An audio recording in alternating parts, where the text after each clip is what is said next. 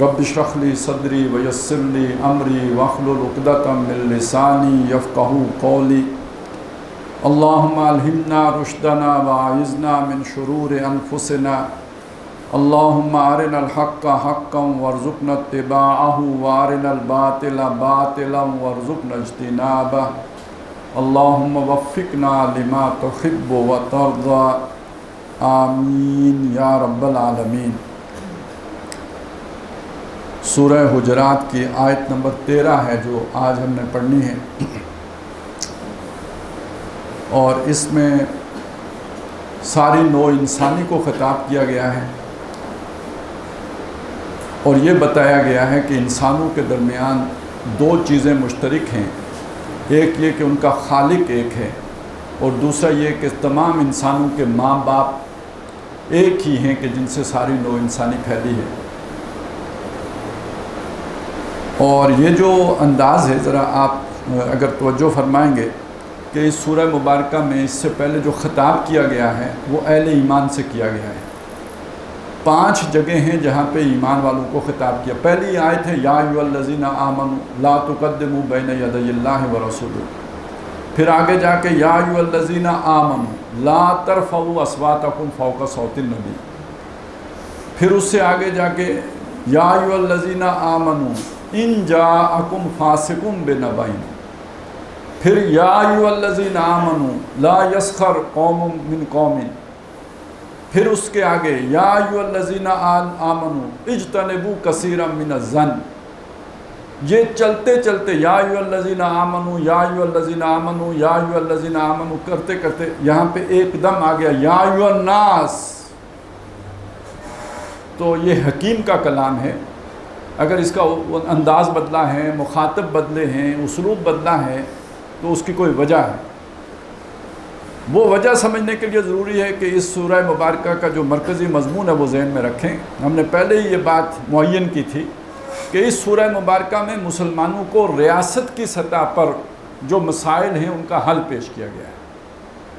پہلی بات میں یہ بات آ گئی کہ کوئی قانون سازی قرآن و سنت کے خلاف نہیں ہوگی، پہلی آیت میں یہ آ گیا۔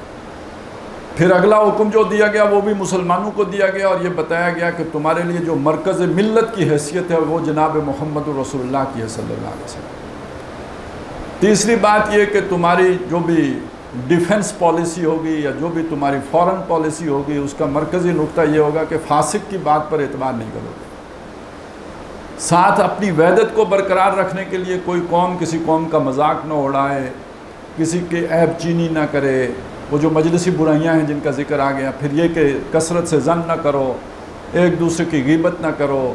تو یہ ساری چیزیں تاکہ مسلمانوں کا اتحاد برقرار رہے، اتفاق رہے، ان کے اندر توڑ نہ پیدا ہو، اور اگر ہو جائے تو اس کا حل پیش کیا کہ اگر لڑ پڑیں تو پھر ان میں صلح کرواؤ، اور اگر کوئی نہ مانے تو اس سے لڑو یہاں تک کہ وہ ماننے کے لیے تیار ہو جائے۔ تو یہ اس لیول پہ بات ہو رہی تھی۔ اب اگلی بات یہ ہے کہ یہ ایک مسلمان ریاست ہوگی تو ارد گرد اور بھی انسان آباد ہیں، ضروری تو نہیں کہ سارے مسلمان ہوں، تو ان کے ساتھ تعلق کی بنیاد کیا ہوگی؟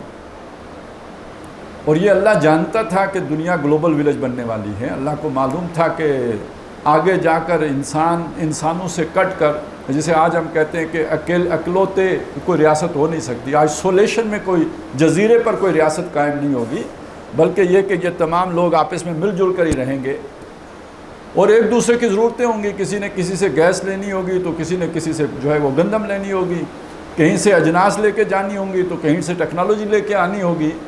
تو آخر انسانوں کے درمیان یہ تعلق، کچھ مسلمان ہیں کوئی کافر ہیں، تو اب کون سی مشترک احساس ہے کہ جس کی بنیاد پر ان کے درمیان کوئی تعلقات استوار ہو سکتے ہیں؟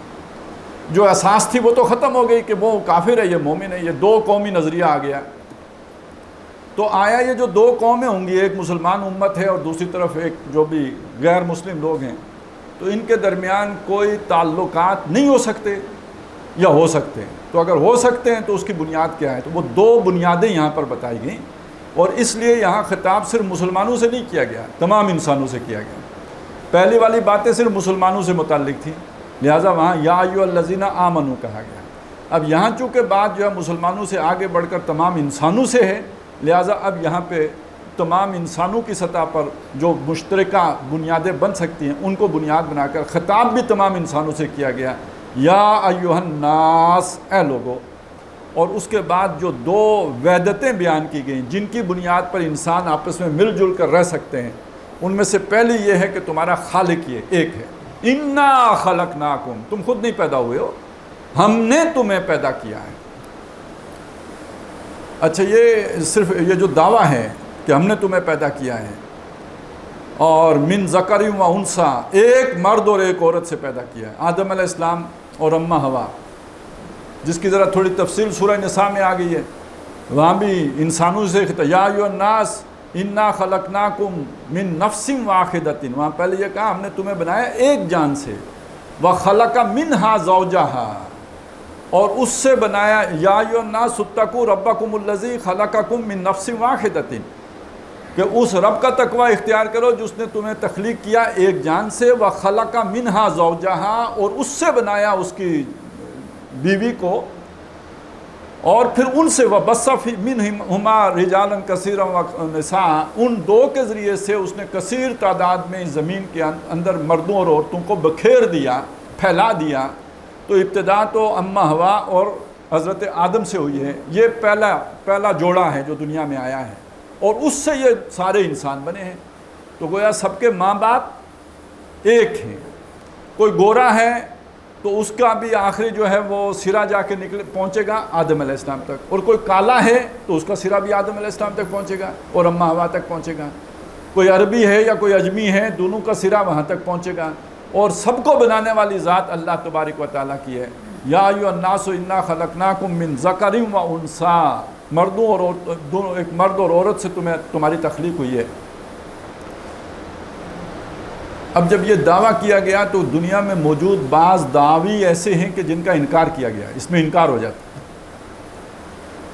مثلا ہم جس خطے میں رہتے ہیں یہاں پہ پہلے ہی سے ایک نظریہ چلا آ رہا تھا کہ کچھ لوگ وہ ہیں کہ جن کو بھگوان نے سر سے پیدا کیا ہے، کچھ لوگ وہ ہیں کہ جن کو بھگوان نے سینے سے پیدا کیا ہے، بازو سے پیدا کیا ہے، کچھ وہ ہیں کہ جن کو پاؤں سے پیدا کیا ہے۔ اب یہ سب برابر تو نہیں ہو سکتے، جو سر سے پیدا ہوا وہ ظاہر ہے وہ سر سے پیدا ہوا ہے، جو پاؤں سے پیدا ہوا وہ ایک گھٹیا جگہ سے پیدا ہوا ہے، تو یہ دو تو برابر تو نہیں ہو سکتے۔ لہٰذا یہ اونچ نیچ کے تصورات آ جائیں گے، اعلیٰ اور گھٹیا کے تصورات انسانوں کے مابین، کچھ اعلیٰ ہو جائیں گے کچھ گھٹیا ہو جائیں گے، کچھ برتر ہو جائیں گے کچھ کہتر ہو جائیں گے۔ تو یہ تو اصل میں ان کی پیدائش کی وجہ سے اعلیٰ اور گھٹیا ہو گئے نا۔ تو جب اس کے برعکس یہ کہا گیا کہ تم سب کو ہم نے پیدا کیا اور ایک مرد اور عورت سے پیدا کیا، تو اس کا مطلب یہ ہے کہ سب برابر ہو، کوئی اونچ نیچ کے تصورات نہیں ہو سکتے۔ انسانوں کے درمیان اس بنیاد پر، نسل کی بنیاد پر، رنگ کی بنیاد پر، زبان کی بنیاد پر، نسب کی بنیاد پر کوئی اونچ نیچ کا کوئی پیمانہ نہیں بنایا جا سکتا۔ تمام انسان، گورے، کالے، اجمی، عربی، یہ سب جو ہے وہ برابر ہیں۔ کیوں؟ سب کا خالق ایک ہے اور سب اولاد ایک جوڑے کی ہیں۔ یہ اتنی بڑی بات ہے نا، اتنی بڑی بات ہے۔ آپ ذرا اس کا اندازہ لگائیں کہ آج کے ماڈرن دور میں، کہ جس میں سمجھا یہ جاتا ہے کہ یار بچوں کے جس کے بھی ہیں نا اپنے پاس بٹھا لیں،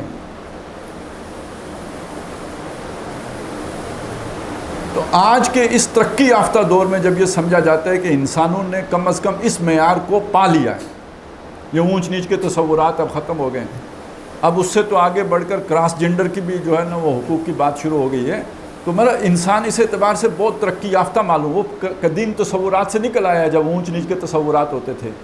جب قرآن نازل ہو رہا تھا تو یقیناً تھا، لیکن یہ بڑے ہائیسٹ لیول پہ یہ بات ہوئی ہے نا، اونچ نیچ کے تصورات ختم ہوئے ہیں۔ کیا ایک گورا اندر سے ابھی بھی کالے سے نفرت نہیں کرتا؟ کیا مغرب میں رہنے والے لوگ مشرق میں رہنے والے لوگوں کو پسماندہ اور گھٹیا اور کمتر نہیں سمجھتے؟ اپنے آپ کو ترقی یافتہ سمجھتے ہیں، باقیوں کو جو ہے وہ سمجھتے ہیں کہ یہ جو ہے یہ پریمیٹیو ایج کے لوگ ہیں، ان کو تو پسماندہ لوگ ہیں، ان کی تو عقل ہی جو ہے وہ ٹخنوں میں ہے، اس طرح کے تصورات نہیں پائے جاتے ہیں۔ تو یہ تصورات ابھی انسان کے اندر سے پوری طرح نکلے نہیں ہیں، لیکن آپ سوچئے کہ قرآن مجید آج سے 1500 سال پہلے اس سطح پہ لے کے آ رہا ہے، اور یہ صرف یعنی زبانی کلامی باتیں نہیں ہیں، یعنی اس سے ایک ہوتا ہے نا واعظ کہہ دیا آپ نے، نصیحت کر دی، یہ نصیحت ہم آج بھی کر سکتے ہیں کہ دیکھیے یہ اونچ نیچ نہیں ہونی چاہیے، یہ گھٹیا اعلیٰ عرفہ یہ چکر نہیں چلنا چاہیے، لیکن اس کی بنیاد پر ایک معاشرہ قائم کر دیا، اور معاشرہ قائم کرنے کے بعد جس دن نبی صلی اللہ علیہ وسلم نے یہ پوچھا تھا کہ کیا میں نے تبلیغ دین کا حق ادا کر دیا، تو اس دن یہ بھی اعلان کیا تھا کہ آج کسی گورے کو کسی کالے پر، اور کسی کالے کو کسی گورے پر، اور کسی اجمی کو کسی عربی پر، اور کسی عربی کو کسی اجمی پر کوئی فضیلت حاصل نہیں ہے۔ تو یہ زبانی کلامی بات نہیں تھی، ایک معاشرہ عملاً ایسا وجود میں آ گیا تھا کہ جس میں انسانوں کو برابر تسلیم کیا گیا تھا۔ اِنَّا خَلَقْنَاكُم مِّن ذَكَرٍ وَأُنثَىٰ، یعنی ایک تو یہ بات آ گئی کہ انسان برابر ہے، اور یہی وہ بات ہے جسے بعد میں مسلمانوں نے اس اصول کے تحت مدون کیا کہ المسلم کفل لکل مسلم، ہر مسلمان دوسرے مسلمان کے بالکل برابر، حقوق اس کے برابر ہیں۔ یہاں اس سے اگلی بات کی گئی ہے، آگے کی بات کی گئی ہے، شرف انسانیت کے اعتبار سے تمام انسان برابر ہیں۔ ہاں جب وہ آگے اگلی آیات میں آ جائے گا کہ جب کوئی شخص مسلمان ہو جاتا ہے تو جو اسلامی ریاست ہے اس میں اس کا سٹیٹس کوئی اور ہوتا ہے، جو مسلمان نہیں رہتا اس کا سٹیٹس کوئی اور ہوتا ہے، لیکن یہ سٹیٹس اس وجہ سے کہ ایک آدمی نے ایک حق کو قبول کیا اور دوسرے آدمی نے اس حق کو رد کر، اس وجہ سے یہ تبدیلی آئی ہے، وگرنہ کوئی بنیاد میں تبدیلی نہیں تھی جیسے سمجھا جاتا ہے کہ یہ سر سے پیدا ہوا اور یہ پاؤں سے پیدا، ایسی کوئی بات نہیں تھی، یہ تھے برابر۔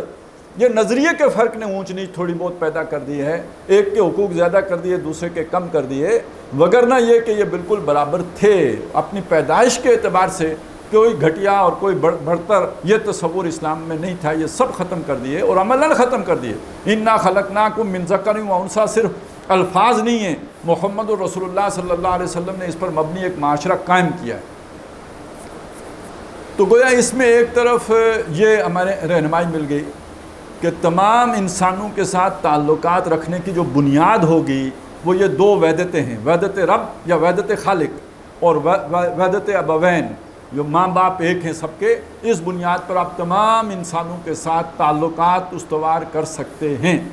آپ کی خارجہ پالیسی کی بنیاد یہ اصول بن سکتا ہے، لیکن اس کے ساتھ ساتھ دوسری بات یہ کہ جو مسلمان ہیں، جیسے میں نے عرض کیا کہ اس ایک سماجی نظام کہ مسلمانوں کے سماجی نظام کے اندر کوئی اونچ نیچ کا تصور نہیں ہوگا۔ یہ جو بھی چیزیں آئی ہیں یہ بعد میں آئی ہیں کہ جس میں کچھ اسپیشل رائٹس ہو گئے، کچھ لوگوں کو دے دیے گئے، تو یہ جو تصور کچھ کو مسلی بنا دیا، کچھ کو سید بنا دیا، تو یہ تو ہندوؤں کی دیکھا دیکھی ہم نے کیا ہے نا، یہ اوریجنل اسلام میں یہ چیزیں نہیں تھی، یہ بعد میں آئی ہیں، اور اسی میں پھر یہ کہ فلاں کی فلاں سے شادی ہو سکتی ہے اور فلاں کی فلاں سے شادی نہیں ہو سکتی، یہ بھی اوریجنل اسلام کی بات نہیں ہے، یہ بھی ساری بات کی جو ہے پیدا کردہ چیزیں ہیں۔ آپ انہیں چاہیں تو نئی باتوں میں شامل کر لیں، چاہیں تو بدعات میں شامل کر لیں، لیکن اصل اسلام میں تمام انسانوں مسلمانوں کو برابر رکھا گیا۔ اچھا، اب اس میں چونکہ وہ برابری کی بات آئی ہے تو ایک اور بات بھی ہے، ہمارے ہاں اس برابری سے بعض لوگ بہت چڑ بھی کھاتے ہیں، اور چونکہ وہ جو میں نے بیان کی نا جو روایت خطبہ حجۃ الوداع کی، اس میں ایک بنیاد فضیلت کی بیان کی گئی ہے، الا بالتقوی، سوائے تقوی کے۔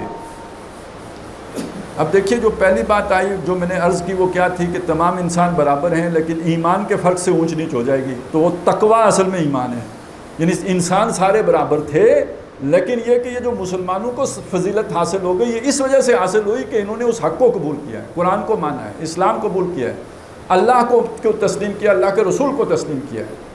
تو جو قانون کی سطح پر فرق پیدا ہوا وہ صرف مسلمان اور کافر کے درمیان پیدا ہوا ہے، خود مسلمانوں کے اندر کوئی اونچ نیچ کا تصور نہیں پیدا ہوا۔ اب اس سے یہ سمجھ لینا کہ بھئی ایک آدمی کا تقویٰ زیادہ ہے وہ تہجد گزار ہے، اور دوسرا آدمی جو ہے اس کا تقویٰ کم ہے وہ صرف 5 وقت کی نماز پڑھتا ہے، لہٰذا جو ہے وہ اگر ایک باپ کے 2 ایسے بیٹے ہیں تو جو تہجد گزار ہے وہ اس کی 3 روٹیاں کھانے کا حق ہے، اور جو نمازی ہے اس کو 2 روٹیاں کھانے کا حق ہے۔ تو ایسا کوئی تصور اسلام میں نہیں ہے، وہ بلکہ یہ کہ ایک اگر بالکل ہی نماز نہیں پڑھتا سرے سے، کفر نہیں کرتا، نماز کا انکار نہیں کرتا، نماز پڑھتا نہیں ہے، گناہ کبیرہ کا مرتکب ہے، تو باپ کے مرنے پہ وراثت اگر تقسیم ہوگی تو دونوں کا حصہ برابر ہوگا. یہ نہیں کہ تہجد گزار کو زیادہ ملے گا اور جو بے نمازی ہے اس کو کم ملے گا، نہیں، وہ قانونی حقوق دونوں کے برابر ہیں. اب یہاں سے ایک نئی بات پیدا ہوئی. وہ نئی بات یہ، وہ چونکہ علامہ اقبال نے بھی وہ بات کہی ہے کہ یہ جو جمہوری نظام کے اوپر انہوں نے نقد کی ہے، اور چونکہ اب بھی بہت سے لوگ ایسے ہیں کہ جو بہرحال یہ تصور رکھتے ہیں کہ یہ بہت بڑا شرک ہے، واقعی شرک بنتا ہے لیکن وہ حاکمیت کے ساتھ بنتا ہے، لیکن اس کے ساتھ جو اور چیزیں جڑ کے آ گئی ہیں، جیسے کہ یہ ایک بات ہے کہ بندوں کو گنا کرتے ہیں تولا نہیں کرتے. تو اس سے یہ سمجھا گیا کہ یہ ووٹ دینا ہی گویا حرام ہونا چاہیے، یہ ووٹ دینے کا حد تو یہی شرک ہے.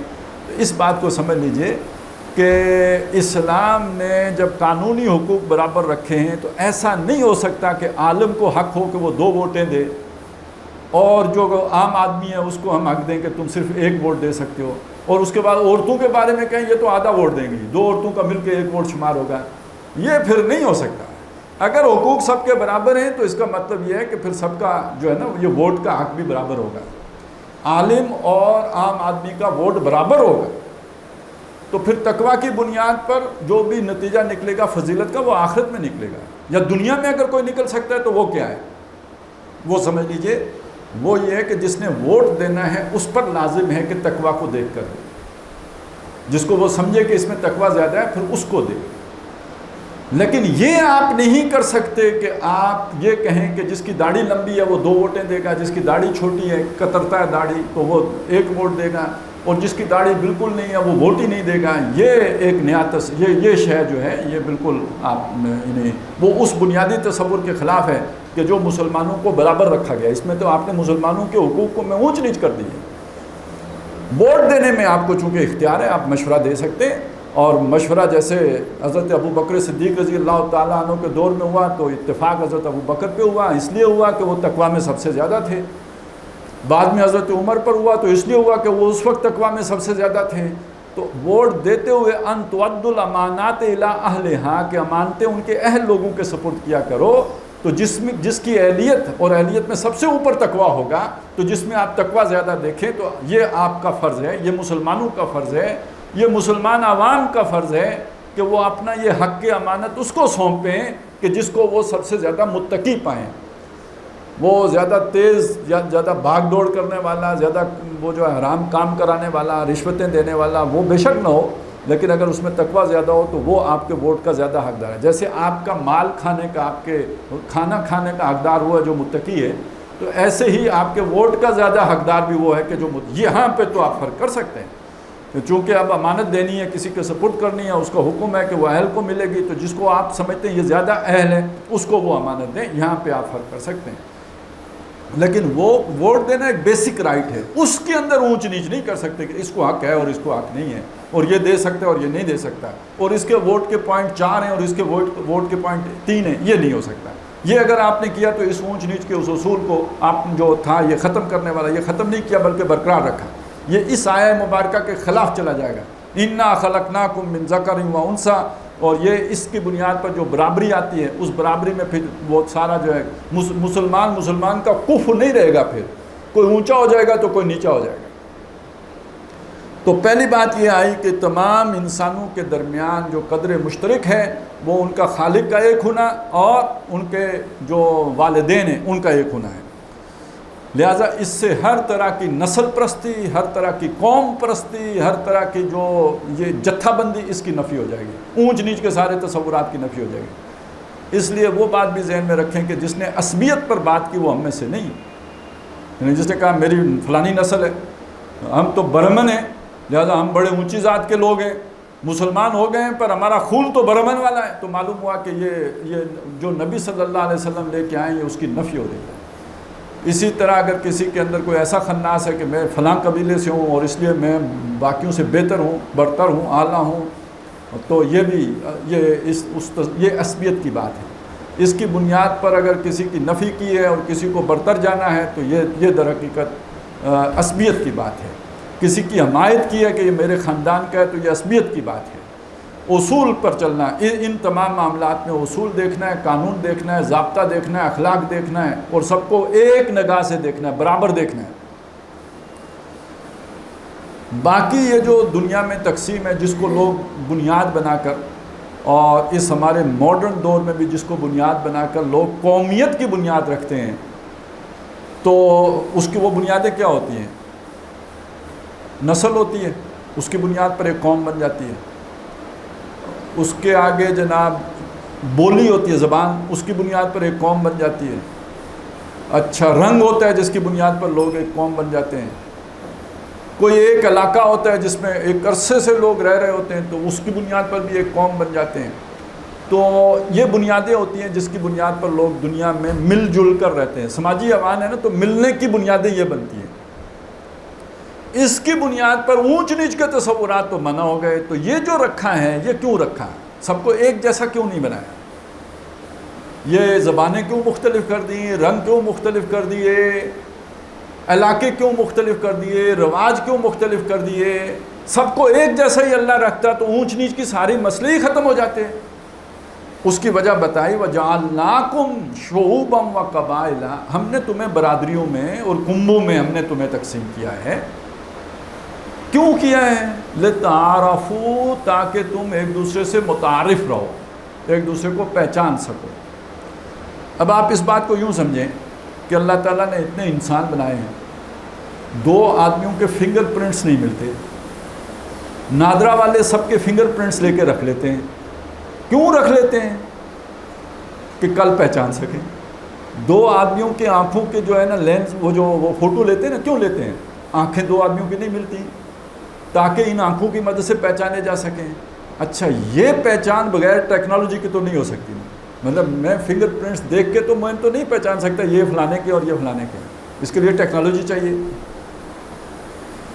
تو اس سے اوپر پہچان کا ایک اور معیار رکھ دیا جو بغیر ٹیکنالوجی کے بھی سمجھ میں آ جاتا ہے. دور سے دیکھ کے پتہ لگتا ہے اے جاپانی بندہ لگ رہا ہے، دور سے دیکھ کے پتہ لگ جائے گا یہ چینی ہے، انہیں پتہ لگ جائے گا یہ ہندی ہے. ہم جب ایک دوسرے کو دیکھیں گے بڑا فرق محسوس ہوگا، پتہ لگے گا یہ فلانا ہے، اس کا نام عبداللہ ہے، اس کا نام عبد الرحمن ہے.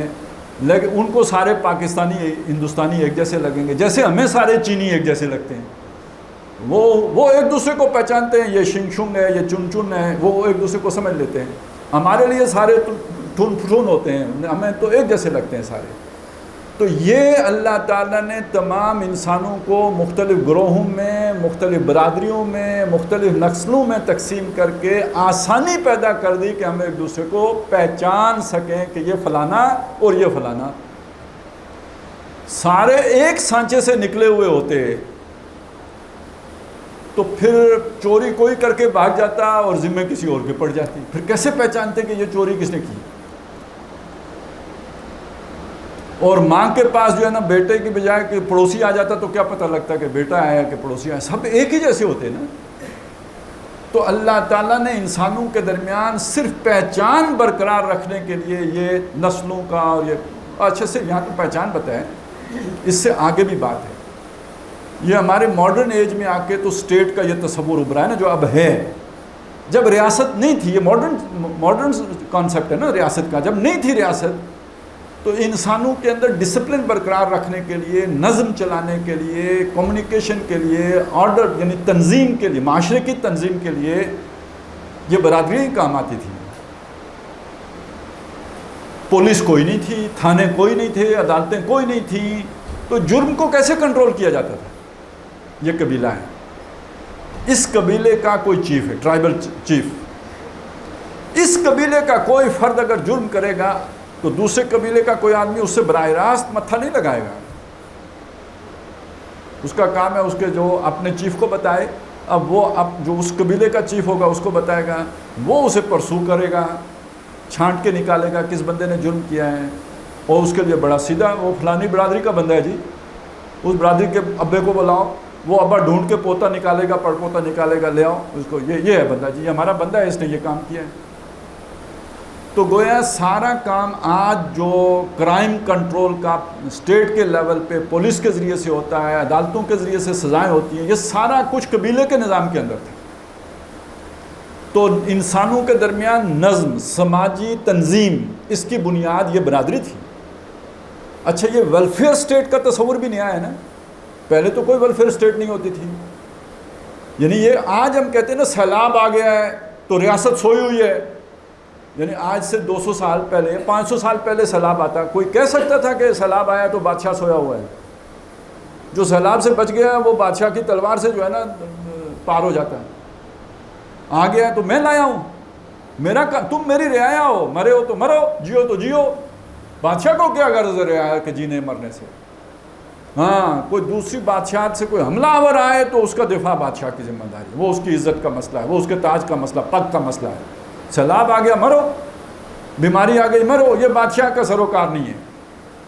کچھ کر گزرے تو بڑی اچھی بات ہے، کوئی نہریں بنا دے جیسے فرعون نے بنا دی تھی، بڑا احسان ہے، لیکن یہ کہ کوئی ذمہ داری نہیں ہے، کوئی ویلفیئر کا تصور ریاست کے ساتھ، حکومت کے ساتھ، سلطنت کے ساتھ نہیں ہے۔ لیکن انسان کو ویلفیئر کی تو ضرورت ہے نا، وہ کون کرتا تھا؟ یہ برادری تھی۔ بیمار پڑا، اس کی جتنا بھی تیمارداری کا معاملہ ہے، اس کے علاج معالجے کا معاملہ کون کرے گا؟ برادری کرے گی۔ یعنی جو جس سطح پہ آج آ کے ریاست کھڑی ہو گئی ہے، پہلے اس سطح پہ برادری تھی۔ تو گویا برادری کا کام صرف ایک تعارف ہی نہیں تھا، برادری کا کام پروٹیکشن دینا بھی تھا، برادری تحفظ بھی دیتی تھی۔ والفصیلۃ التی تووی، وہ جو آتا ہے نا کہ یوم یفر المرء من اخیہ، وہ جو آخرت کا دن ہوگا تو انسان بھاگے گا، اپنے بھائی سے بھی بھاگے گا، اپنی ماں سے بھی بھاگے گا، اپنے باپ سے بھی بھاگے گا، بیٹے سے بھی بھاگے گا، اور اس قبیلے سے بھی بھاگے گا جو اس کو پناہ دیتا تھا۔ یعنی نبی صلی اللہ علیہ وسلم کی جو مخالفت ہو رہی تھی تو آپ کو پناہ کس نے دی ہوئی تھی؟ ابو طالب نے۔ ابو طالب صرف آپ کے چچا نہیں ہیں، بنو ہاشم کے چیف بھی ہیں۔ نبی صلی اللہ علیہ وسلم پر ہاتھ ڈالنے کا مطلب ہے پورے بنو ہاشم کی طاقت کو چیلنج کرنا، اور یہ بنو ہاشم کی قومی غیرت ہوگی کہ وہ اپنے بندے کے لیے کھڑے ہوں، کیونکہ ان کا چیف کہے گا تو وہ کھڑے ہوں گے۔ یہ ایک مکے میں ایک خانہ جنگی شروع ہو جائے گی، اس لیے حضور پر ہاتھ کوئی نہیں ڈال سکتا۔ ابو طالب نے پروٹیکشن دی ہوئی ہے محمد رسول اللہ کو صلی اللہ علیہ وسلم، اور وہ ان کے قبیلے کے چیف ہیں، تو پورا قبیلہ ان کے پیچھے ہے۔ جیسے آج ریاست جو ہے اپنے شہری کو تحفظ دیتی ہے، کمزور ریاست تو ہماری جیسے تو اپنے شہری امریکیوں کو بیچ بھی دیتی ہے، لیکن یہ کہ ویسے ریاست کا کام اپنے شہری بیچنا نہیں ہوتا، اپنے شہریوں کو تحفظ دینا ہوتا ہے۔ یہ کام پہلے برادری کرتی تھی، اور برادری میں شاید پوری تاریخ میں کوئی ایسا چیف نہیں پیدا ہوا ہوگا کہ جس نے اپنا بندہ بیچا ہو۔ وہ تو اپنی گردن کٹوا دیتے تھے، بندہ نہیں بیچتے تھے۔ اور اچھا یہی قبائلی نظام کسی نہ کسی درجے میں افغانستان میں تھا، انہوں نے اسامہ نہیں دیا، حکومت ختم کرا لی، سب کر لیا، بندہ نہیں دیا، کیونکہ قبیلہ پھر اپنے بندے کی حفاظت کرتا ہے، جس کو پناہ دے دے اس کی بھی حفاظت کرتا ہے۔ موتم بن عدی جو تھا وہ کوئی بنو ہاشم میں سے تو نہیں تھا، قبائلی ایک سردار تھا، اس کے اپنے 11 بیٹے تھے۔ تو جب ابو طالب کا انتقال ہو گیا تو ان کی جگہ پہ اب ابو لہب قبیلے کا چیف ہو گیا، تو پروٹیکشن اٹھا دی اس نے، نبی صلی اللہ علیہ وسلم کی پروٹیکشن ابو لہب نے اٹھا دی کہ اب ہم نہیں تحفظ دیتے۔ تو آپ صلی اللہ علیہ وسلم گئے ہیں طائف کہ شاید وہاں سے پروٹیکشن مل جائے۔ یہ جو نصرہ کا تصور لوگ لیتے ہیں نا، یہ اصل میں نصرہ اس لیے نہیں تھی کہ آپ ہماری فوج کا حصہ بنیں اور ہمیں اقتدار لے کے دیں، یہ پروٹیکشن طلب کرنا تھا، حفاظت طلب کرنا تھا، کہ وہ حفاظت جو پہلے کر رہے تھے بنو ہاشم اب وہ نہیں کر رہے، تو کوئی دوسرا پروٹیکشن کرے گا تو میں جیوں گا نا، نہیں تو یہ تو مجھے مار دیں گے۔ وہاں سے نہیں ملی، آپ صلی اللہ علیہ وسلم واپس آئے، آپ نے مختلف جو بھی اس طرح کے مؤثر لوگ تھے ان کو پیغامات بھیجے، ان میں سے ایک تھا موتم بن عدی، اس نے آپ کی بات کو مانا، وہ آیا ملنے، اس نے کہا کہ جی میں آپ کو پروٹیکشن دیتا ہوں۔ حضور مکے میں داخل نہیں ہو سکتے تھے اس لیے کہ آپ کو تحفظ حاصل نہیں ہے۔ تو آپ صلی اللہ علیہ وسلم نے فرمایا کہ ٹھیک ہے تم آؤ اور مجھے لے کے جاؤ، میں نے صرف تمہاری زبانی دعوے پر میں مکے میں داخل نہیں ہوں گا، تم آؤ گے مجھے ساتھ لے کے جاؤ گے۔ تو وہ پھر اپنے سارے بیٹے لے کے آیا اور حضور صلی اللہ علیہ وسلم کو اپنی حفاظت میں لے کے مکے میں داخل ہوا اور اعلان کیا کہ آج سے حضور میری حفاظت میں ہیں۔ تو قبیلوں کا ایک کام یہ بھی تھا، یہ تو بڑا ماڈرن تصور ہے کہ اب ریاست کی سطح پر ایک عام شہری کو تحفظ مل گیا، اور اس کا فائدہ یہ ہوا کہ اس زمانے میں برادری والا بندہ جو ہے اس کو تو تحفظ حاصل تھا، جس کی برادری نہیں ہے حضرت بلال، اس کو مارو، اس کو پیٹو، اس کے ساتھ جو مرضی کرو، اس کو تحفظ دینے کوئی نہیں آئے گا۔ خباب ابن الارت ان کی برادری نہیں ہے، ان کے ساتھ جو سلوک ہو ان کو کوئی کچھ نہیں کر سکتا. اب جو ریاست بنی ہے اس سے بالا تر کیوں ہے؟ ہم اس کو ایوالوڈ اور ترقی یافتہ کیوں مانتے ہیں؟ اس لیے مانتے ہیں کہ یہ برادری کی سطح سے اوپر اٹھ کے ہر شہری کو پروٹیکشن دیتی ہے. تو گویا جو اسلام کا اصول تھا اس کے قریب تر تو یہ ماڈرن کانسیپٹ آف اسٹیٹ ہے نا، کہ جس میں ہر شہری کو برابر سمجھ کر اس کے تحفظ کا سامان کیا گیا ہے. وہ علیحدہ بات ہے کہ ہوتا کیا ہے پھر وہ تو ہماری اصل میں کردار سازی نہیں ہوئی ہوتی نا. پھر ہمارے پولیس کا محکمہ بھی ایسا ہی ہوتا ہے، پھر ہماری عدالتیں بھی ایسی ہی ہوتی ہیں، ہمارے وکیل بھی ایسے ہی ہوتے ہیں، قانون بھی ہمارے ایسے ہی ہیں. اس وجہ سے گڑبڑ ہوتی ہے. لیکن اصول کے درجے میں تو باتیں ساری تسلیم کر دی گئی ہیں.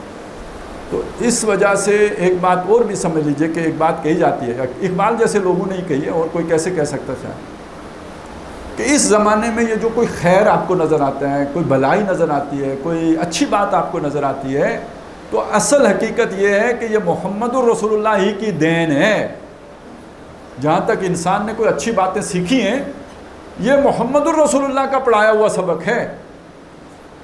فرماتے ہیں ہر کجا بینی جہان رنگ و بو، اس جہان رنگ و بو میں جو کچھ بھی تمہیں دکھائی دے رہا ہے، کوئی اچھی بات، بھلی بات، کوئی ترقی کی بات، آنچے از کش بروید آرزو، یہ سب کا سب محمد الرسول اللہ صلی اللہ علیہ وسلم کی جو تعلیمات ہیں اس سے اس نے نمو پائی ہے. اور یہ کہ یہ تو انسانیت ابھی حضور کی تلاش میں ہے. جو بھی اس وقت جد و جہد ہے اور کوشش ہے، یہ جو کچھ ملا ہے یہ حضور کی سے ادھار مستعار لیا ہوا ہے، یا ہنوز اندر تلاش مصطفیٰ است، یا انسانیت ابھی بھی محمد الرسول اللہ کی تلاش میں سرگرداں ہے. یہ جو کوششیں ہو رہی ہیں یعنی ترقی کی طرف جو سفر ہے یہ در حقیقت محمد الرسول اللہ ہی کی طرف سفر ہے. اگرچہ کہ یہ سمجھ کر نہیں ہے، لیکن یہ جو روشنی پھیلی ہے چونکہ پھیلی وہاں سے، منبع وہی ہے. قرآن مجید وہ نور ہے کہ جس کی یہ کرنیں دنیا میں پھیلی ہیں. اور چلیں اس کے برعکس بھی مان لیتے ہیں کہ جو گندگی ہے، جو آلائش ہے، جو فساد ہے، وہ بھی در حقیقت حضور کی تعلیمات سے انحراف کے نتیجے میں. اب یہاں پہ چونکہ یہ بات آئی ہے تو میں تھوڑی سی وضاحت کر دوں. اس کا وہ ہمارے جو نئی قانون سازی ہوئی ہے اس کے ساتھ بھی ایک تعلق جڑتا ہے. تو یہ بات سمجھ لیں کہ آدم علیہ السلام کی پیدائش کے وقت ہی ایک پھڈا پڑ گیا تھا. اللہ تعالیٰ نے انسان کو اس مقام پر فائز کیا کہ اسے میں زمین کی خلافت عطا کرتا ہوں. فرشتوں کو بھی اشکال ہوا، ان کا اشکال فوری رفع ہو گیا، وہ سرنڈر کر گئے. انہوں نے کہا ٹھیک ہے ہم اس کی خلافت قبول کرتے ہیں.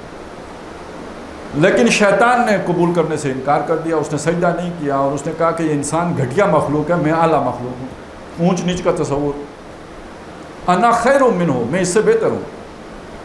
کیوں بہتر ہو؟ خلقتنی من نار و خلقتہ من طین، مجھے تو نے آگ سے بنایا، اس کو تو نے مٹی گارے سے بنایا. مٹی اور گارا آگ سے اچھے تو نہیں ہو سکتے. تو میرا مادہ تخلیق اعلیٰ ہے تو میں اعلیٰ ہوں، اس کا مادہ تخلیق گھٹیا ہے، یہ گھٹیا ہے. اب یہاں سے شیطان نے چیلنج کیا اللہ کو کہ میں ثابت کروں گا کہ یہ گھٹیا ہے. مجھے مہلت دے، موقع دے، میں ثابت کروں گا کہ یہ گھٹیا ہے. لَإِنْ أَخَّرْتَنِي إِلَىٰ يَوْمِ الْقِيَامَةِ، اگر آپ مجھے مہلت دے دیں قیامت کے دن تک کے لیے، لَأَخْتَنِكَنَّ ذُرِّيَّتَهُ إِلَّا قَلِيلًا، میں اس کی ذریت کو نتھ ڈال دوں گا سوائے تھوڑوں سے کے. ثابت ہوگا کہ یہ گھٹیا لوگ ہیں. اس پھڈے میں کے نتیجے میں شیطان اس وقت سے اس کوشش میں ہے کہ انسان کو گھٹیا ثابت کرے. اور سب سے پہلا کام جو اس نے آدم اور حوا کے ساتھ کیا تھا وہ ان کے کپڑے اتروائے تھے. دانا کھلانا نہیں ہے، میں دانا کھلانے سے کوئی گھٹیا نہیں ہوتا. کپڑے اتروا، بے حیا بنانے کی کوشش کی تھی. اور تب سے آج تک وہ سب سے بڑا جو چارہ ڈالتا ہے انسان کو، بے حیائی کا ڈالتا ہے. اور اس کے یہ تو اخلاقی برائیاں ہو گئی نا کہ جی کسی نے کم ناپا، کم تولا، یہ تو برائیاں اخلاقی ہو گئی. یہ جو ہم جنس پرستی ہے یہ تو انتہائی گھٹیا پن ہے نا. انسان کا حیوان کی سطح پر گرنا ہے. تو یہ اس کی کوشش ہے کہ انسان اس رستے پہ چلے، غیر فطری کام کرے تاکہ ثابت ہو کہ یہ گھٹیا ہے. اور دوسری انسانوں میں سے ایک نسل ہے جس کا دعویٰ یہ ہے کہ ہم اللہ کی خاص مخلوق ہیں. نحن ابناء اللہ و احباؤ، we are the chosen people of the Lord. اور یہ جو باقی دنیا ہے جینٹائلز ہیں، یہ عوان ہیں. اور ان کا ہم جس طرح چاہیں انہیں ایکسپلائٹ کریں. لیس علینا فی الامیین سبیل. ان امیوں کے بارے میں ہم سے اللہ نہیں پوچھے گا، جیسے حیوانوں کے بارے میں نہیں پوچھے گا کہ آپ نے بیل سے کتنا ہل چلوایا تھا، گھوڑے سے کتنا ٹانگا چلوایا تھا، اللہ نہیں پوچھے گا نا. اللہ نے آپ کے لیے بنایا. اسی طرح یہ سارے انسان یہودیوں کے علاوہ جو ہیں یہ ہماری خدمت کے لیے پیدا کیے گئے ہیں. ہم انہیں جس طرح چاہیں ایکسپلائٹ کریں، اللہ ہم سے نہیں پوچھے گا. تو وہ بھی چاہتے ہیں کہ انسانوں کو گھٹیا ثابت کیا جائے کہ یہ گھٹیا لوگ ہیں. وہ خود نہیں سود خوری کرتے آپس میں، ان سے سود لیتے، باقیوں کو سود سکھاتے. خود اپنے آپ کو اوپر رکھتے ہیں کیونکہ اپنے آپ کو اعلیٰ سمجھتے ہیں، باقیوں کو گھٹیا سمجھتے ہیں تو گھٹیا کاموں میں ڈالتے ہیں. تو جو شیطان کا ایجنڈا ہے اس کو نافذ کرنے کے لیے وہ ایڑی چوٹی کا زور لگاتے ہیں. وہ بھی ثابت کرنا چاہتے ہیں یہ گھٹیا ہیں، یہ بھی ثابت کرنا چاہتے ہیں یہ گھٹیا ہیں. تو اس طرح کی گھٹیا کام دنیا میں جتنے بھی ہوتے ہیں یہ شیطانی طاقتیں بڑے طریقے کے ساتھ انسانوں کے اندر، یعنی انہیں مزین کر کے خوبصورت بنا کے اچھی پریزنٹیشنیں دے کر وہ کام ان سے شروع کرواتے ہیں. وہ جو آتے نا سورہ بقرہ میں کہ والذین ان اللہ ولی الذین آمنوا، اللہ ایمان والوں کا ولی ہے. یخرجہم من الظلمات الی النور، اللہ انہیں اندھیاروں سے نکال کر روشنی میں لاتا ہے. وہ جو بات روشنی سے چلی تھی نا، یہ دنیا میں جو روشنی پھیلی یہ محمد رسول اللہ سے پھیلی. تو اللہ تعالیٰ دنیا میں انسانوں کو، اپنے دوستوں کو، ایمان والوں کو اندھیرے سے نکال کر روشنی میں لاتا ہے. والذین کفروا اولیاءہم الطاغوت، ان کے دوست طاغوت ہیں. وہ کیا کرتے ہیں؟ یخرجونہم من النور الی الظلمات، انہیں وہ روشنی سے نکال کے اندھیروں میں لے کے جاتے ہیں. تو یہ محمد الرسول اللہ کی اس روشنی سے نکال کر اندھیاروں میں لے کے جانے والا شیطان ہے، جو پھر اس طرح کی قانون سازیاں کرواتا ہے اپنے چیلوں کے ذریعے سے. یہ صرف ہمارے ملک کا مسئلہ نہیں ہے، یہ امریکہ کا بھی مسئلہ ہے، یہ برطانیہ کا بھی مسئلہ ہے، یہ کینیڈا کا بھی. جہاں بھی اس طرح کی چیز ہوگی اس کے پیچھے شیطانی طاقتیں ہوتی ہیں جو انسانوں کو ذلیل کر کے چین اور سکون محسوس کرتی ہیں کہ دیکھیں نا ہمارا دعویٰ سچا ہوا نا، یہ گھٹیا ہے، دیکھیں کیا حرکتیں کر رہا ہے. اب باقی آدم کے بیٹوں کو ان جو ہے نا رذائل اخلاق سے بچانے کا کام ہمارا تھا کہ ہمارے پاس یہ نور ہے، ہمارے پاس یہ روشنی ہے اللہ کی دی ہوئی قرآن مجید. اب المیہ یہ ہے کہ ہم ان کے پیچھے چل پڑے، جو قانون وہاں بنتے ہیں ہم لا کے اپنے ملک میں نافذ کر دیتے ہیں، اور ہمیں زیادہ تردد کرنا پڑتا ہے. ان کے ہاں ہم جنس پرستی ویسے ہی شروع ہو جاتی ہے، یہاں خطرہ ہوتا ہے کہ بھائی مسلمان اٹھ کے شور مچا دیں گے، مولوی شور مچا دیں گے، لہٰذا اس کان کو ہمیں یوں کر کے پکڑنا پڑتا ہے.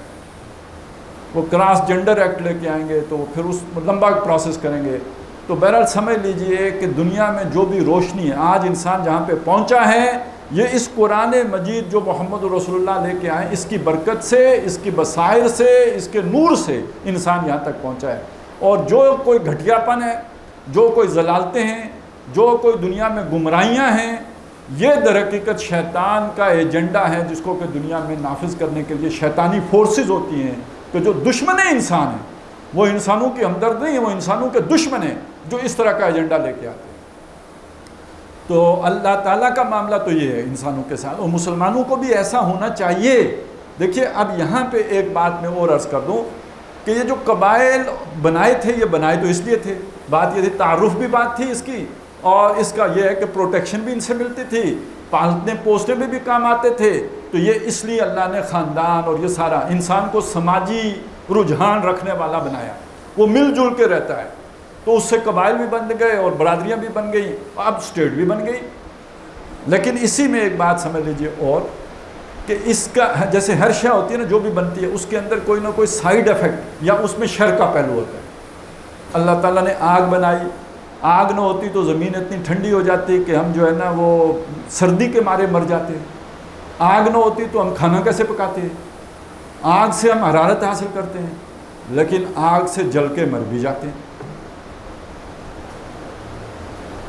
تو آگ میں خیر کا پہلو بھی ہے، آگ کا ایک پہلو شر کا بھی ہے. پانی بنایا، بہت اچھی چیز ہے، پانی نہ ہو، پانی ہماری ضرورت ہے، پانی سے ہر شے کو بنایا، لیکن پانی میں ڈوب کے مر بھی جاتے ہیں. سیلاب آتے ہیں تو تباہی بھی آ جاتی ہے. چلے آسان کر دیتا ہوں، انسان کے لیے جوڑے بنائے، مرد ہے عورت ہیں، دونوں ایک دوسرے کی ضرورت ہیں، دونوں ایک دوسرے سے بہت یعنی فائدے بھی اٹھاتے ہیں، لیکن دونوں کو ایک دوسرے سے شکایتیں بھی ہوتی ہیں، کوئی پہلو شر کا بھی ہوتا ہے نا۔ تو جو شے بھی اللہ نے بنائی ہے خیر کل نہیں ہے، اس ہر جیسے پھول کے ساتھ کانٹا ہے تو اس کے ساتھ کوئی نہ کوئی شر کا پہلو بھی جڑا ہوا ہے۔ برادریاں اللہ نے اس لیے بنائیں، کنبے اس لیے بنائے تعارف ہو، پروٹیکشن ہو، پالنے پوسنے میں آسانی ہو، مل جل کے رہنا ہو، اس لیے بنایا۔ لیکن ان سے پھر ایک خرابی بھی پیدا ہو گئی، خرابی اس کی بنیاد پہ تعصبات پیدا ہو گئے، میری برادری اعلیٰ ہے، باقی برادریاں گھٹیا ہیں۔ یہ تعصبات میں نے بتایا ابھی بھی نہیں نکلے ہیں اس وقت پوری دنیا میں، اگرچہ کہ کوشش بہت ہو رہی ہے کہ یہ چیز ختم ہو جائے، لیکن دستور کی سطح پہ ختم بھی کی گئی ہے، لیکن دلوں سے ابھی وہ چیزیں نکلی نہیں ہیں۔ امریکہ جیسے ملک میں بھی نہیں نکلی ہیں۔ ابھی ٹرمپ کے دور میں کالوں کے خلاف اچھا بلا جو ہے نا وہاں پہ وہ فسادات ہو گئے تھے، اور ابھی پھر بھی خطرہ ہے کہ وہ گورا لوگ جو ہے نا ایک پھر مہم چلائیں گے کالوں کے خلاف۔ تو ایک تو دلوں سے نہیں نکلے، دوسرا یہ کہ ذرا انسان آج بھی اگر آپ دیکھیں گے قبیلوں سے تو نکل آیا، برادریوں سے تو بہت حد تک نکل آیا، لیکن جو اس وقت جو ملکوں کی تقسیم ہے، یہ جرمنی ہے، یہ اٹلی ہے، یہ ترکی ہے، اچھا یہ مسلمانوں ملک میں بھی تقسیم ہو گئی ہے، یہ افغانستان ہے، یہ پاکستان ہے، یہ ایران ہے، یہ کس بنیاد پر ہے؟ نیشنلزم کی بنیاد پر ہے نا۔ نیشنلزم کی بنیاد کیا ہے؟ یہی چار چیزیں ہیں، زبان، نسل، علاقہ، رنگ، یہی چار چیزیں ہیں نا۔ اسی کی بنیاد پر ایک قوم بنتی ہے، وہ اپنا باؤنڈریز بنا لیتی ہے، اور وہ اس کو اب اس کے مفادات کا جب دوسرے سے ٹکراؤ ہوتا ہے تو لڑائیاں بھی ہوتی ہیں۔ ورلڈ وار 1، ورلڈ وار 2، اب کہتے ہیں ورلڈ وار 3 جو ہے اس کے لیے تیاریاں کرو، سر پہ کھڑی ہے، وہ کہیں نہ کہیں سے کوئی نہ کوئی جو ہے چنگاری کہیں نہ کہیں سے پھوٹ پڑتی ہے۔ خطرہ ہے ورلڈ وار 3 ورلڈ وار کا، جو کہتے ہیں زیادہ بلڈیسٹ ہوگی، زیادہ خون ریزی اس میں ہوگی۔ کیوں ہوگا یہ سب؟ یہ علیحدہ علیحدہ ملکوں کی تقسیم ہے۔ بھائی دنیا اگر آپ کہتے ہو گلوبل ولیج بن گئی ہے، یعنی جیسے گاؤں ہوتا ہے، تو گاؤں میں تو ایک قبیلہ ہوگا، برادری ہوگی تو امن ہوگا نا۔ گاؤں میں چودھری 2 ہوں اور ایک چودھری کے ساتھ سلطان رائی ہو اور دوسرے کے ساتھ مصطفیٰ قریشی ہو تو پھر امن تو نہیں ہوتا نا، ساری فلم میں رولا ہی ہوتا ہے۔ تو اگر دنیا میں ایک گاؤں میں 2 چودھری ہوں تو لڑائیاں ہوتی رہتی ہیں، تو اگر دنیا میں اتنے ممالک ہوں جتنے کے ہیں، اور 5 تو سیکیورٹی کونسل کے ممبر ہوں جن کے پاس ویٹو کا اختیار ہو، تو پھر پھڈے کیسے ختم ہوں گے؟ لہٰذا دنیا کے گلوبل ولیج بننے کا لازمی تقاضا یہ ہے کہ گلوبل آرڈر ہو، ایک حکومت ہو جس کے تابع سارے انسان رہتے ہوں، ایک آرڈر ہو، ایک قانون ہو، ایک حکومت ہو۔ یہ گلوبل ولیج بننے کا لازمی تقاضا ہے۔ یہاں انسان کیسے پہنچے؟ بھائی جرمنی والا اسپین والے کو کیسے مانے، اسپین والا جرمنی والے کو کیسے مانے، یہ یورپ والے امریکہ کو کیسے مانے، امریکہ یورپ والوں کو کیسے مانے؟ یہ کیسے ہو سکتا ہے؟ کیا اصول ہے کہ جو ایک آرڈر پہ لے کے آ سکتا ہے؟ بتائیں، اس اصول کے علاوہ کوئی ہو تو بتائیں۔ اور ابھی انسان یہاں نہیں پہنچا ہے، ابھی یہ سفر جاری ہے، ابھی پہنچنا ہے یہاں کہ یہ بتان رنگ و بو کو توڑ کر ایک جو ہے نا وہ انسانیت یا ایک امت کے اس میں چھتری تلے سب ایک ہو جائیں، تمام انسان ایک ہو جائیں، کسی گورے کو کسی کالے پر اور کسی کالے کو کسی گورے پر کوئی فضیلت حاصل نہ ہو۔ یہ ارتقاء کا عمل یہاں آ کے رک اس لیے گیا ہے کہ سائنسی ترقی نے دنیا کو گلوبل ولیج بنا دیا ہے، جس کے نتیجے میں اب سوشل ایوولوشن کا تقاضا یہ ہے کہ 1 گورنمنٹ، 1 آرڈر، 1 ورلڈ آرڈر یہ ہو، لیکن اس کی جو اساس ہے وہ اسلام کے علاوہ کسی کے پاس ہے ہی نہیں، اور اسلام کے مقابلے میں اتنا تعصب ہے کہ اس کی وہ اساس لینے کے لیے تیار نہیں۔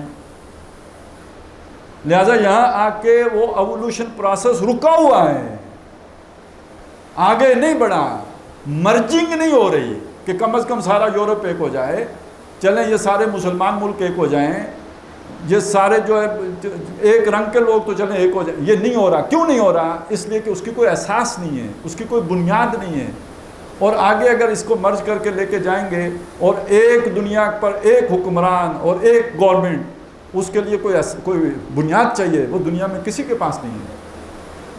چنانچہ ہٹلر نے کوشش کی تھی، وہ کیا کوشش تھی کہ پوری دنیا پر جرمنز کا غلبہ ہو جائے. کل کوئی اور اٹھے گا، امریکی اٹھے گا، اس کی کیا کوشش ہوگی؟ پوری دنیا پر امریکنز کا قبضہ ہو جائے. کبھی برطانیہ اٹھا تھا، پوری دنیا پہ یہ جو ابھی مری ہے اس کے خاندان کا قبضہ ہو جائے. تو یہ انسانیت کی بات کہیں نہیں ہوگی، اپنی اپنی قوم کی بات ہوگی. تو بہرحال جب ایک قوم اٹھے گی تو اس کا راستہ روکنے کے لیے دوسری قوم بھی اٹھے گی، پھر لڑائی ہوگی نا. تو یہ سمجھ لیجئے کہ پوری دنیا کو ایک جگہ پر جمع کرنے کی اساس اگر کسی کے پاس ہے تو وہ صرف مسلمانوں کے پاس ہے، کسی اور کے پاس نہیں.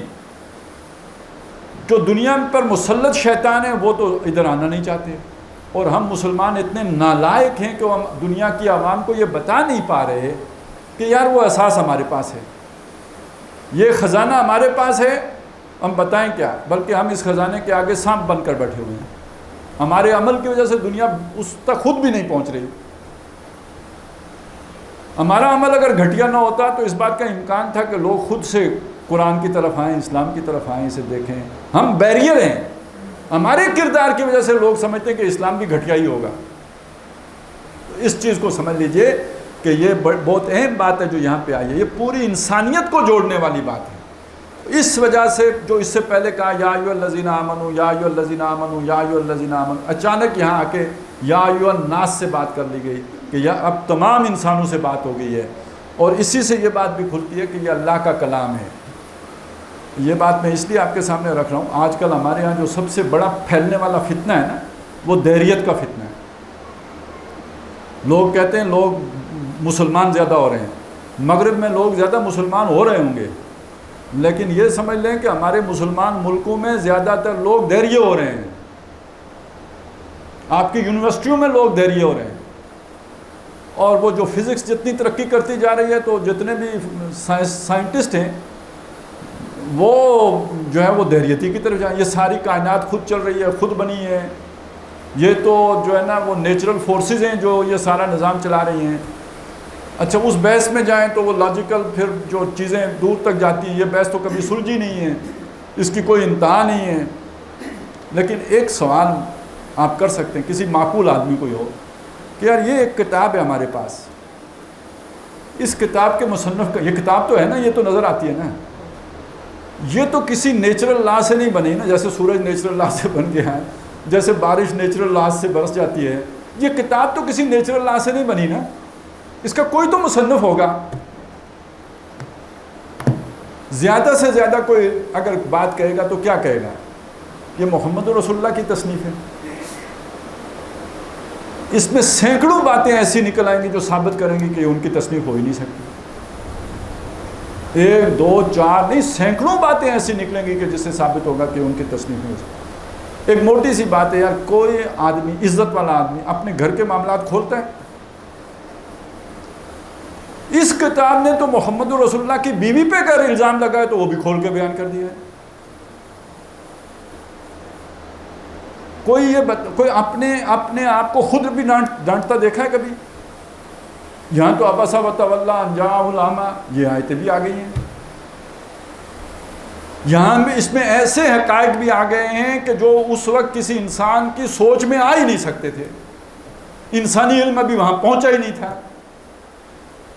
تو یہ بات سمجھ لیجئے کہ یہ سمجھانا زیادہ مشکل ہے، اگرچہ کہ ایک کام جو سلیم العقل آدمی کے لیے مشکل نہیں ہونا چاہیے کہ یہ کائنات خود نہیں بن سکتی، کسی نے بنائی ہوگی. یہ گھڑی خود نہیں بن سکی تو کائنات پوری کیسے خود بن گئی؟ لیکن ایک آدمی ضد کر کے بیٹھ ہی جائے تو اب وہ اتنا بڑا فینومنل اس کے ذہن میں لے کے آنا، چونکہ وہ ایک چھوٹی سی عقل کا مالک ہے، مشکل کام ہے نا. تو ایک چھوٹی بات پہ لے کے آ جائے نا، یہ اس کتاب کا مصنف کون ہے؟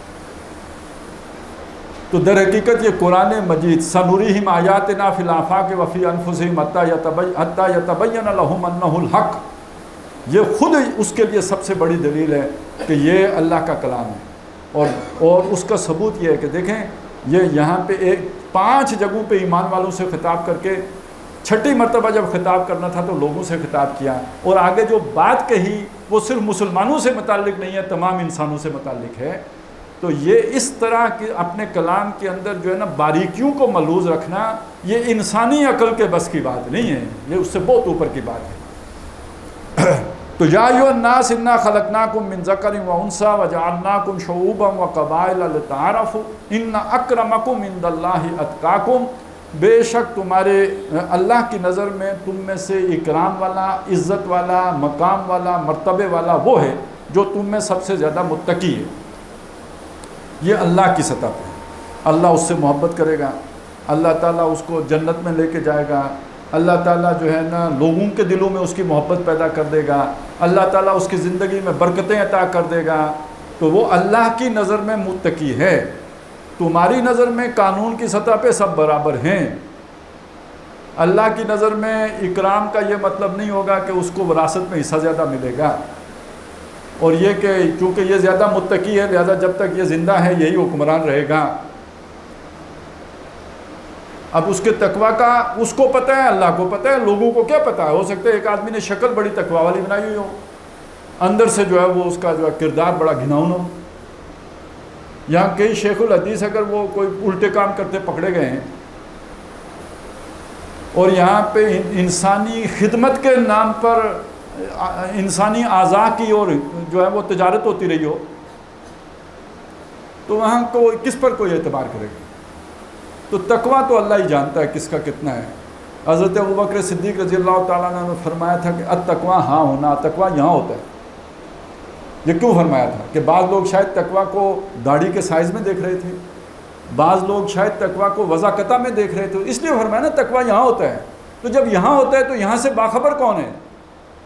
انسان تو نہیں ہو سکتا۔ ابھی تک کوئی ایسا آلہ ایجاد نہیں ہوا جو کسی کے تقویٰ کو ناپ کے بتائے کہ اس کے دل میں کتنا تقویٰ ہے۔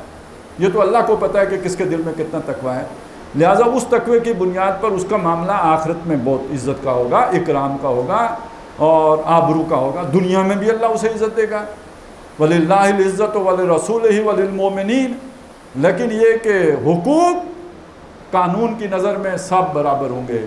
قانون کی نظر میں قاضی کے پاس مقدمہ آئے گا تو اگر یہودی طلب ہوگا تو جو دعویٰ کرنے والے حضرت علی ہیں تو وہ بھی طلب ہو جائیں گے۔ یہ نہیں ہوگا کہ چونکہ یہ حضرت علی ہیں لہذا ان کو بلانے کی ضرورت ہی نہیں ہے، اور حضرت علی کو بھی اپنا دعویٰ ثابت کرنے کے لیے گواہ پیش کرنے پڑیں گے، ان کا ذاتی بیان کفایت نہیں کرے گا۔ یہ اس سطح پہ آ کے تقویٰ کام نہیں آئے گا، یہاں پہ قانون کی بات چلے گی، قانون بالا تر ہوگا، اور قانون کی نظر، قانون اندھا ہوتا ہے، وہ متقی اور فاسق کو برابر دیکھتا ہے، وہ اندھے کی لاٹھی ہے، اس میں متقی اور فاسق برابر ہو گئے، اس میں کوئی وہ نہیں رہا۔ ہاں کسی نے کوئی حد پامال کر دی تو وہ جو حد اس پر لگے گی وہ پھر اس سے اسے گلو خلاصی نہیں ہو سکتی۔ تو ان اکرمکم عند اللہ اتقاکم ان اللہ علیم خبیر، بے شک اللہ کو علم بھی ہے، وہ باخبر بھی ہے، کون کتنا متقی ہے یہ اللہ کا اس کو پتہ ہے، وہی اس کا فیصلہ کرے گا، ہمیں نہیں پتہ لہٰذا ہم اس کا فیصلہ بھی نہیں کر سکتے۔